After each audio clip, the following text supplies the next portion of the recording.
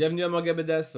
Alors, dans cette vidéo, je vais vous présenter, une fois n'est pas coutume, mes achats du mois de juin en format papier. Et je commence tout de suite avec Slam Dunk, de la Star Edition, le tome 9 et 10 de Takehiko Inoue. Donc normalement, je n'ai plus à présenter cet auteur. C'est pour moi un des plus grands mangaka de son temps. C'est le même mangaka qui a fait Vagabond et Real, qui jouissent eux aussi d'une très grande notoriété. Voilà, donc le seul défaut qu'on lui trouve à cette collection, c'est sa tranche. Voilà, il y en a qui n'aiment pas ce côté gris. Moi, ce serait plutôt son format un petit peu entre deux. Voilà, c'est ni un format de poche, ni un format qu'on peut retrouver dans Real ou Vagabond. Donc pour le ranger, c'est un peu compliqué, mais sinon c'est génial, hein, on retrouve des pages de qualité, c'est-à-dire blanches, pas vieillissantes, voilà, puis c'est des tomes un peu plus gros que ce qu'on a l'habitude de lire en format poche, donc c'est un véritable plaisir pour moi de relire une nouvelle fois les aventures de Sakuragi. On va s'attarder également sur les trois premiers tomes de Nun que je me suis procuré en fait pour 10 euros en occasion. Donc voilà, j'ai craqué. C'est une série, donc j'ai les 4 premiers tomes en numérique. Et j'ai craqué, voilà, parce que j'adore cet auteur, parce que j'aime beaucoup cette histoire, parce que j'adore ses dessins. Voilà, pour moi, c'est un pur délice. En plus, je me pose la question, est-ce que ça se vend vraiment Nun, quand vous voyez un peu des croix gammées, quand vous voyez voilà, le thème de l'Allemagne nazie, ça plaît pas beaucoup, c'est pas souvent vendeur, surtout lorsque ça parle d'Hitler. Alors, il faut pas se fier à ça. Dites-vous qu'il y a une jurisprudence. Avec Osamu Tezuka, il a été capable de créer une histoire qui s'appelle l'histoire des trois Adolphes. Et je vous jure que c'est un pur délice. Le scénario est génial. Là, on est vraiment dans du fantastique, hein. C'est pas une histoire historique, hein. Il y a du fantastique, il y a de l'action, il y a de l'aventure. Voilà quoi. Je vous le conseille fortement. En tout cas, je conseille ce produit pour les collectionneurs. Dans le sens du vent, tome 1 de Aki Irie. Alors, je connaissais pas l'auteur. On me l'a conseillé. C'est un abonné qui m'a conseillé Dans le sens du vent. Apparemment, c'est la mangaka qui a fait Le Monde de Ran, mais que je n'ai pas lu non plus. Donc en le feuilletant, j'étais assez intrigué. Le seul truc qui m'a un petit peu retenu, c'est des images comme ça où ça fait un peu shoujo quoi quand même, hein. Ça fait un peu shoujo dans certains styles, parce que voilà. Après il y a des trucs qui sont très, après voilà il y a des choses qui sont très belles, mais voilà, le style est fin, les traits sont fins, et puis heureusement, il se passe des trucs quand même. Donc voilà, on me l'a conseillé. Après, on m'a aussi conseillé Bonnie Poon Poon, ce que j'ai pas forcément apprécié, mais bien qu'il soit très très beau, hein, que ce soit très bien fait. Euh, voilà, donc moi je suis quand même curieux de lire le tome 2 parce que ça m'a bien plu, j'ai vraiment bien aimé. Je sais pas si ça a vraiment une place dans ma mangatech pour être honnête. En tout cas, ça n'existe pas en numérique, donc je vais le lire. Et après, je verrai bien ce que j'en ferai, si je le garde ou si je le revends. En tout cas, je trouve la narration très bien faite, les personnages, l'entourage, les petites missions. Et je trouve que c'est mieux fait que si je devais comparer, alors que ça ne se compare pas, mais comment a été fait par exemple Freeze Café où tout de suite ils nous mettent des éléments où ça va trop vite, où voilà, entre le fil rouge et entre la tension du fantôme, ça marche pas. Alors que là, vraiment, c'est bien, on arrive sur des petites missions de rien du tout, on fait la connaissance de l'entourage, de personnages qui vont être assez marquants, et puis voilà quoi, on va d'un. J'aime beaucoup l'ambiance en fait, ça se passe en Islande, et puis il repart au Japon, puis il revient en Islande. Euh, moi j'ai bien aimé l'atmosphère en fait. Et à la fin du tome, on sent qu'il y a un truc qui se passe quoi. Il y a un enjeu, on se pose des questions, on le voit un peu venir, mais on n'est pas sûr. Et puis, c'est très bien narré, donc j'ai hâte de voir ce que ça va donner. Alors, Assistante Assassin, tome 1 de Hiromasa Okujima. Alors, j'ai acheté ce tome-là, j'ai beaucoup hésité, hein, j'avais Dans le sens du vent et Assistante dans les mains. Lorsque je me suis baladé en magasin, j'ai plus l'habitude maintenant d'acheter en magasin, mais le truc qui est intéressant dans les magasins, c'est qu'on peut feuilleter, se faire une idée. Je pense que je ne l'aurais pas acheté si je ne l'avais pas feuilleté. Donc je l'ai acheté quand même sans prétention, mais j'ai bien aimé le style. Alors, il y avait un petit bandeau qui disait que c'était conseillé par le Furio Gang, machin truc, ce que vous voulez. C'est pas vraiment Furio en soi, mais c'est vrai que t'as des éléments qui, celui qui aime les Furios, bah, sera pas dépaysé, il aimera bien, hein. Il y a de la baston dehors, il y a, il y a de la racaille, voilà, mais sinon ça parle en fait d'un assistant mangaka qui un peu une double vie et qui est un peu un psychopathe qui rend la justice habillé en mouton rouge. Voilà, donc c'est un bon délire et des bons personnages. Personnellement j'aime bien le mangaka pour qui il travaille. Je trouve qu'il a un caractère de chien, j'adore ça. Ainsi que les autres assistants. Alors ça paraît de rien comme ça, mais ils me font penser effectivement aux Furios, c'est-à-dire aux copains un peu débiles qu'on a souvent dans les Furios. Mais bon voilà, c'est vraiment une aparté. En fait, c'est plus comme sur un truc de psychopathe, sûrement avec d'autres psychopathes. Mais c'est bien, donc voilà, l'ambiance Furio, il est là quoi. Hein, il y a des règlements de compte, il y a des missions. Voilà, franchement, j'aime beaucoup, je vais continuer. Euh, je vous avoue que s'il est en numérique, bah, je préférais continuer en numérique, mais en tout cas, l'ambiance un peu comme celle-ci, un peu baston, un peu furieux, bien dessiné, et ben ça a toujours sa place dans ma mangatech. Il y a également eu Gigant 4. Alors comme vous pouvez le voir, hein, très belle couverture. Alors moi je suis conquis, j'aime beaucoup l'auteur, hein. Donc l'auteur Hiroya Oku. Moi j'aime beaucoup. Il y a beaucoup d'action dans celui-ci, mais moi ce que j'aime particulièrement c'est l'ambiance et surtout en fait comment est traité euh, les réseaux sociaux. Ce côté, il arrive à mettre en place en fait quand même l'importance des haters dans les réseaux sociaux qui font que bah, ils veulent anéantir Tokyo quoi. Ils ont un pouvoir, ils ont la possibilité d'eux et donc sans vraiment se rendre compte des conséquences, ils y vont à fond quoi. Et voilà, après c'est dans le fond quoi, l'histoire de fond. Après dans la forme, qu'on ait un personnage féminin qui devient une géante, qui se retrouve à poil pour se battre contre d'autres géants, on pourrait presque dire extraterrestres, car ça vient pas de la Terre ce truc-là. Franchement, c'est génial. Franchement, c'est génial. Après, il faut aimer le style de l'auteur. Ceux qui n'aiment pas, bah écoutez, ça les regarde. Moi, j'adore ça. J'adore. Euh, Voilà, un peu le ridicule du truc, hein, des fois. C'est de voir c'est de voir tout rebondir. Elle se bat à poil quasiment, la nénette. À un moment, elle va. Enfin, franchement, moi j'aime beaucoup. Je trouve que c'est innovateur. Voilà quoi. Et il pourrait rester un petit peu dans ce qu'il sait faire, ce qu'il fait, mais moi je trouve qu'il arrive à se renouveler dans son approche. Voilà, j'aime beaucoup. Azadora, donc un achat assez récent, donc j'ai pas eu le temps de le finir, hein, je suis qu'au début, donc je vais pas vous en dire plus que ce que j'ai lu dans le premier tome. En tout cas, ça reprend beaucoup d'éléments de 20th Century Boys, je trouve, ce côté un peu fin du monde en prévision. J'ai l'impression qu'il y a des histoires entre ce qui est le passé et le futur, avec en rôle principal, donc la petite Asa. Donc moi pour l'instant ça me plaît beaucoup, j'ai hâte de finir ce tome 2 afin d'avoir un avis encore plus tranché. Enfin voilà, donc Naoki Urasawa, on en reviendra avec les Happy, mais là on va s'attarder au Blue Flag. Donc j'ai le tome 2 que j'ai lu, et le 4 et 5 que je n'ai pas encore lu car j'ai eu des problèmes de commande et je n'ai pas eu le 3. Donc pour l'instant je vais vous présenter que à partir du tome 2. Donc je vous ai déjà présenté dans d'autres vidéos le tome 1, donc qui était pour moi une superbe découverte, j'ai beaucoup aimé. Et le tome 2, et bah écoutez, il répond à mes attentes, il ne me déçoit pas, on reste dans quelque chose d'efficace, de simple. Vraiment, j'adore cette série. Je la trouve tout public, mais avec un enjeu. On n'est pas dans du slice of life. On est vraiment dans un. On est peut-être dans du slice of life, mais avec un enjeu. C'est-à-dire que voilà, la relation qui est entre les personnages qui sont très bien construits.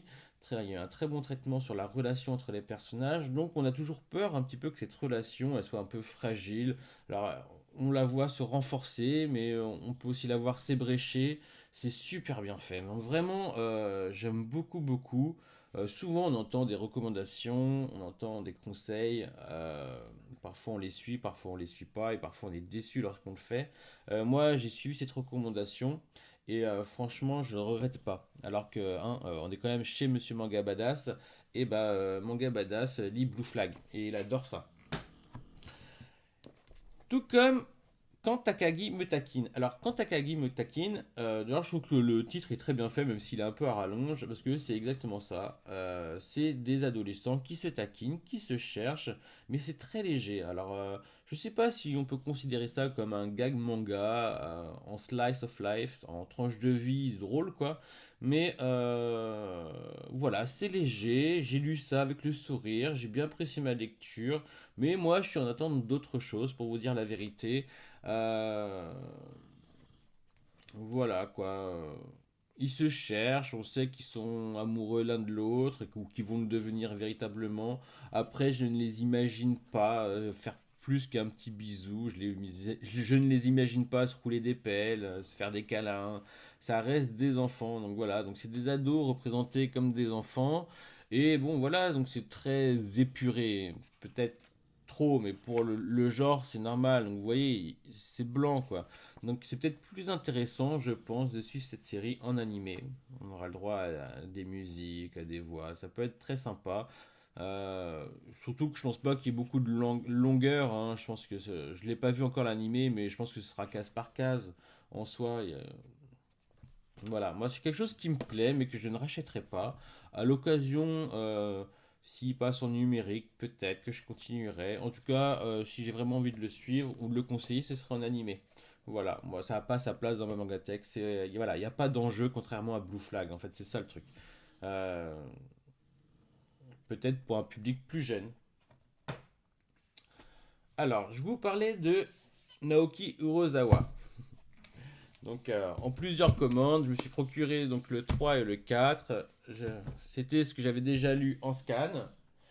Et j'ai enchaîné avec le 5, le 6 et le 7. Et quel bonheur! Oh là là, d'ailleurs j'attends, je me meurs les doigts parce que j'ai fait beaucoup d'achats comme ce mois-ci. Et bah, ma femme surveille un petit peu ce que je fais quand même.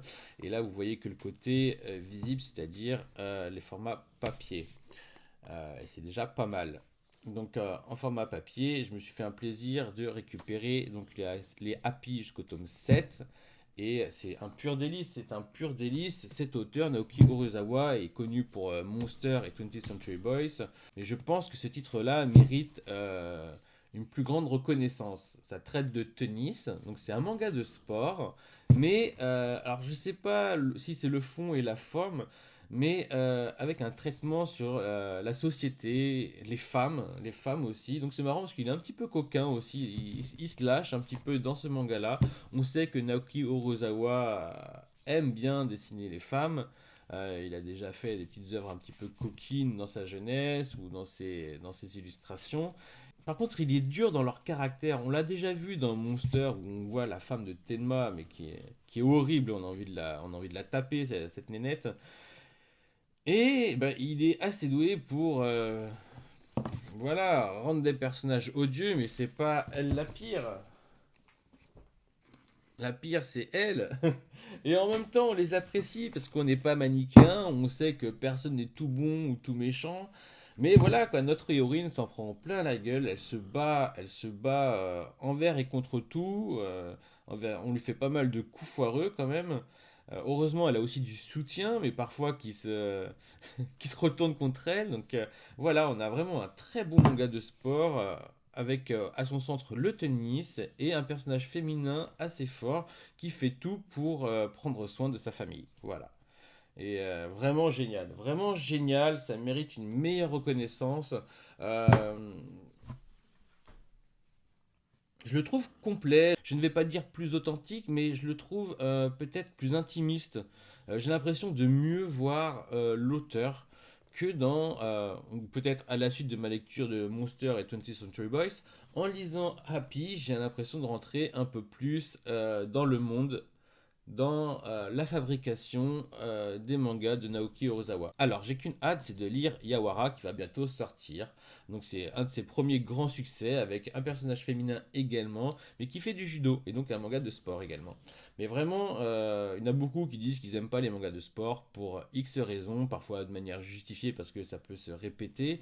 C'est très original là, ça ne se répète pas. C'est vraiment, vous aimez Naoki Urasawa, vous aimez le sport, vous aimez les histoires bien faites avec une belle narration, vous aimez être frustré, allez-y sans hésiter. Je me suis aussi également procuré le tome Perfect Color de Urusei Yatsura, l'AMU pour les intimes pour ceux qui l'ont connu. Donc, de la mangaka Rumiko Takahashi, celle qui a fait Maison Ikaku, mais encore plus connue chez nous, Ranma 1,5 et Inuyasha. Et dernièrement Rinne, mais je pense pas qu'il y ait beaucoup de monde qui le connaisse. Moi personnellement, j'ai vu 2-3 épisodes à la télé. Et je crois j'ai les 3 premiers tomes en manga numérique qui ont été donnés gratuitement à l'époque par Kazé, mais je les ai pas lus, ça, je sais pas, ils m'intéressent pas. Et on va s'attarder donc sur Urusei Yatsura en Perfect Color. Et moi j'adore. Franchement, alors là vous avez de la bicolore. C'est pas ce que tout le monde préfère. Mais franchement, moi je trouve ça génial. Je trouve ça génial. On a très peu de noir et blanc. Le noir et blanc en fait qu'on voit là, c'est juste pour finir. Par exemple, c'est juste pour finir un chapitre qui est en couleur et ils vont pas le couper quoi. On veut quand même au moins l'histoire. Et donc ils vous la finissent en noir et blanc. Mais vous avez vraiment des chapitres entiers, 3-4 chapitres entiers en bicolore quasiment quoi. Donc on peut très facilement suivre l'histoire. Alors bien sûr, ça commence pas depuis le début de l'histoire de Lamu. Non, et il précise bien vers la fin du tome, donc il donne plein de petits rappels techniques, des résumés complets pour ceux qui sont vraiment perdus. Après, franchement, c'est quand même du gag manga. La relation entre les personnages se comprend très vite. C'est un très beau produit, je regrette pas un instant, je l'ai même pas fini parce que ça met du temps à se lire, faut être honnête. Mais j'ai hâte de prendre le tome 2 quand même. Voilà, très beau produit. Oh, j'ai pas vraiment besoin de vous le présenter. Je pense que tout le monde sait que la Perfect Edition de Full Metal Alchemist est sortie. Voilà, vous avez des superbes couvertures, un super format, un papier glacé, avec quelques pages couleurs également. Bon, ils sont jamais non plus super ultra généreux, ils font avec ce qu'ils ont, hein, on va dire, hein. Voilà, donc voilà, faut avoir été sur une autre planète que la planète manga. Alors je sais pas si vous êtes sorti en soirée, que vous avez flirté, je ne sais pas où vous avez été pendant ce confinement. Peut-être que vous avez fait full série télé, peut-être que vous avez une lecture de romans en chaîne, ce qui fait que vous étiez en dehors de la planète manga. Mais oui, ça fait plusieurs mois que les perfectes éditions de Full Metal Alchemist sont sorties, et le troisième, continue tout ça, quoi.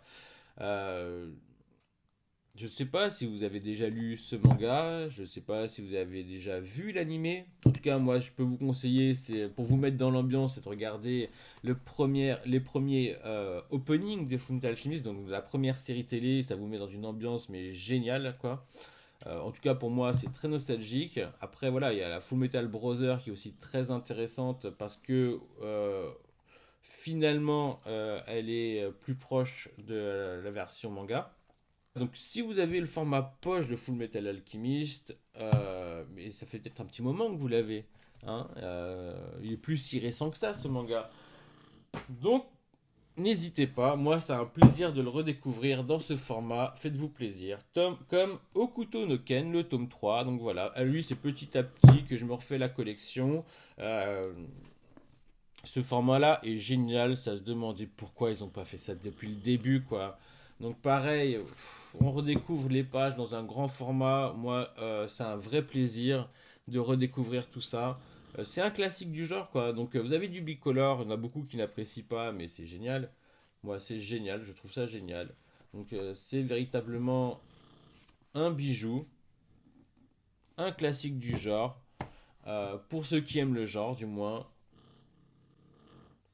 Je sais même pas si on peut considérer ça comme un shonen ou un seinen. Moi, je vois pas le côté shonen en fait de cette œuvre.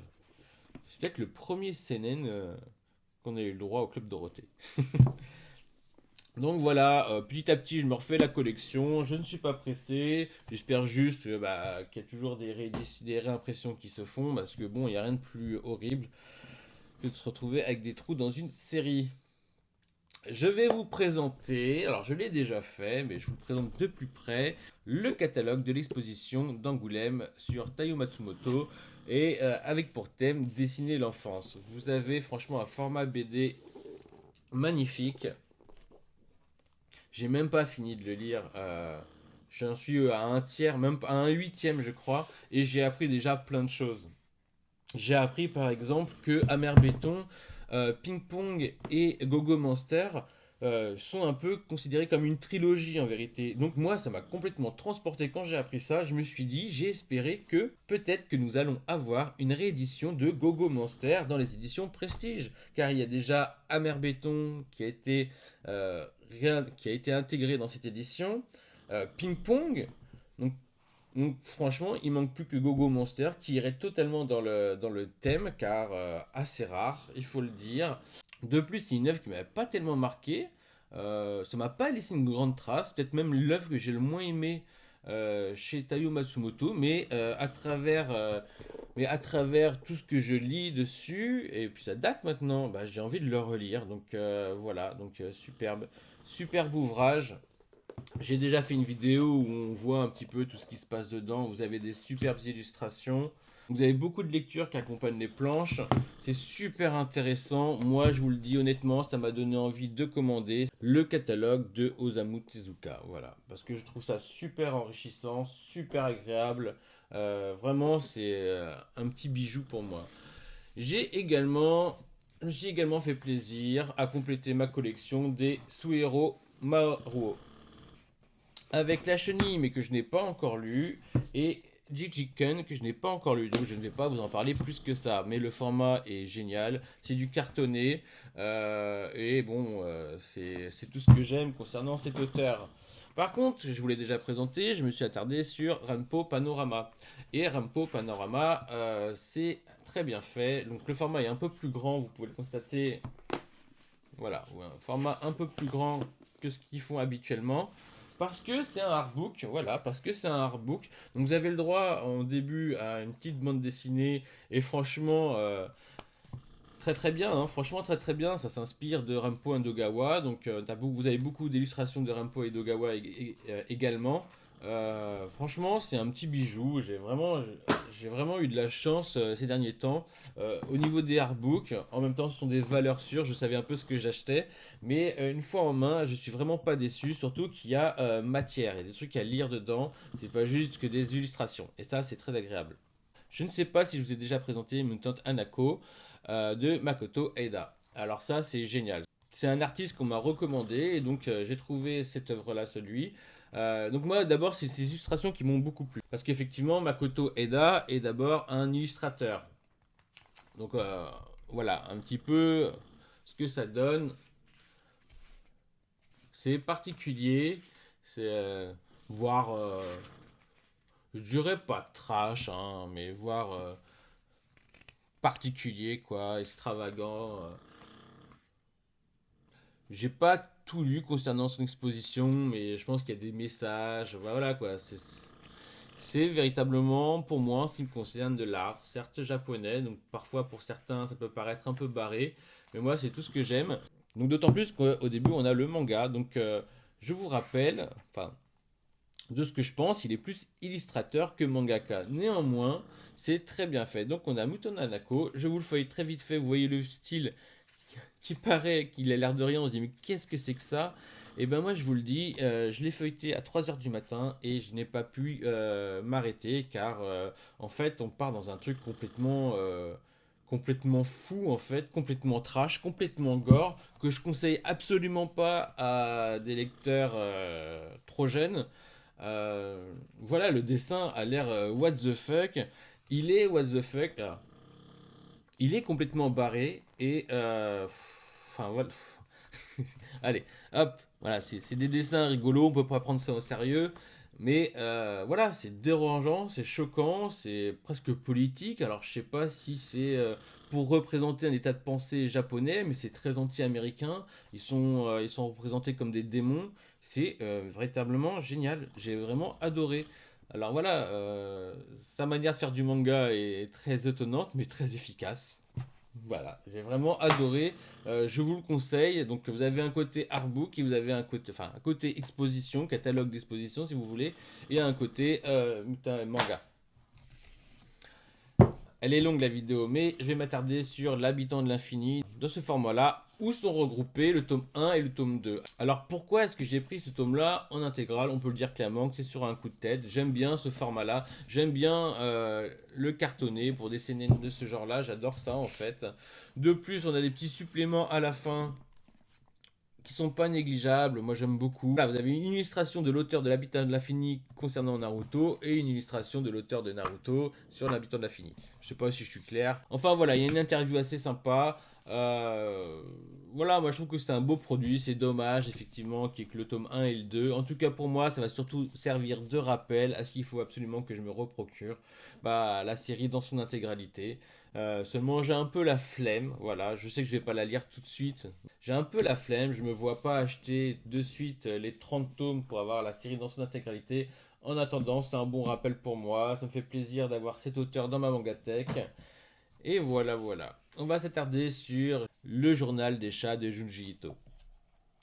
C'est une très belle, je ne sais pas si vous pouvez le voir, avec du relief, c'est très appréciable. Alors moi j'adore Junji Ito, mais principalement pour celles que j'ai lues. Je n'ai lu que Tomie et que Spiral, je me suis pas attardé sur les autres. De plus, actuellement pour le faire, il faut avoir les moyens, car vous trouverez jamais un tome en dessous de 40 euros.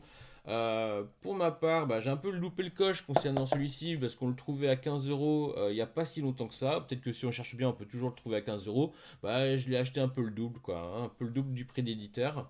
Parce que voilà, j'aime ce côté cartonné. Je trouve qu'il ira bien avec mon tome de Tomier. J'aurais bien envie que Spiral les rejoigne, mais actuellement c'est impossible par rapport au prix exorbitant dont il est victime, qui est affiché sur le net. En tout cas, dans cette œuvre, Junji Ito s'attarde un petit peu sur son quotidien. On peut dire que c'est un slice of life, une tranche de vie avec ses chats, sa femme, son domicile. Et voilà, on rentre un petit peu dans l'intimité à travers un gag manga, dans l'intimité de Junji Ito.